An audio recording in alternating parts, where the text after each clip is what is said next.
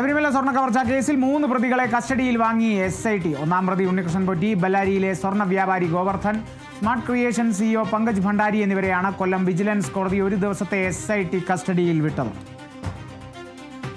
മൂവരെയും ഒരുമിച്ചിരുത്തി ചോദ്യം ചെയ്യാനാണ് SITയുടെ തീരുമാനം. ഒരു ദിവസത്തെ കസ്റ്റഡിയിലാണ് വിട്ടിരിക്കുന്നത്. SIT കസ്റ്റഡി അപേക്ഷ നൽകിയതിന് പിന്നാലെയാണ് ഇത്തരത്തിലൊരു നിർദ്ദേശം, ഒരു തീരുമാനം കോടതിയുടെ ഭാഗത്തു നിന്നും നടപടി ഉണ്ടായിരിക്കുന്നത്. കോടതിയുടെ ഭാഗത്തു നിന്നും കൊല്ലം വിജിലൻസ് കോടതിയാണ് ഈ നടപടി സ്വീകരിച്ചിരിക്കുന്നത്. ഒരു ദിവസത്തെ SIT കസ്റ്റഡിയിൽ വിട്ടിരിക്കുകയാണ്. മൂവരെയും ഒരുമിച്ചിരുത്തി ചോദ്യം ചെയ്യുക എന്നുള്ളതാണ് SITയെ സംബന്ധിച്ച് ഏറ്റവും പ്രധാനപ്പെട്ടത്.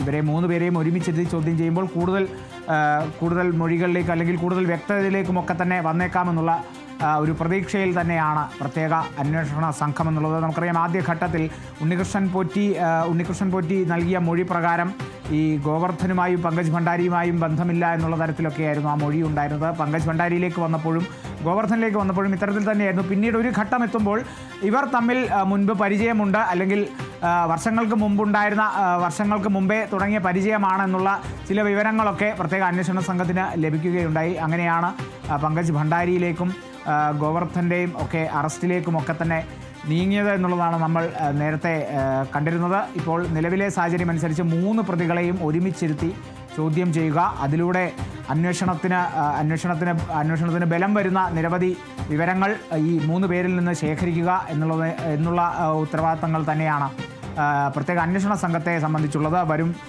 മണിക്കൂറുകളിൽ ഇവരുടെ ചോദ്യം ചെയ്യൽ പുരോഗമിക്കുന്നതിനനുസരിച്ച് കൂടുതൽ വിവരങ്ങളിലേക്കും ചിലപ്പോൾ കൂടുതൽ ഉന്നതരുടെ പേരുകളിലേക്കുമൊക്കെ തന്നെ എത്തിയേക്കാം എന്നുള്ളതാണ് നിഗമനം.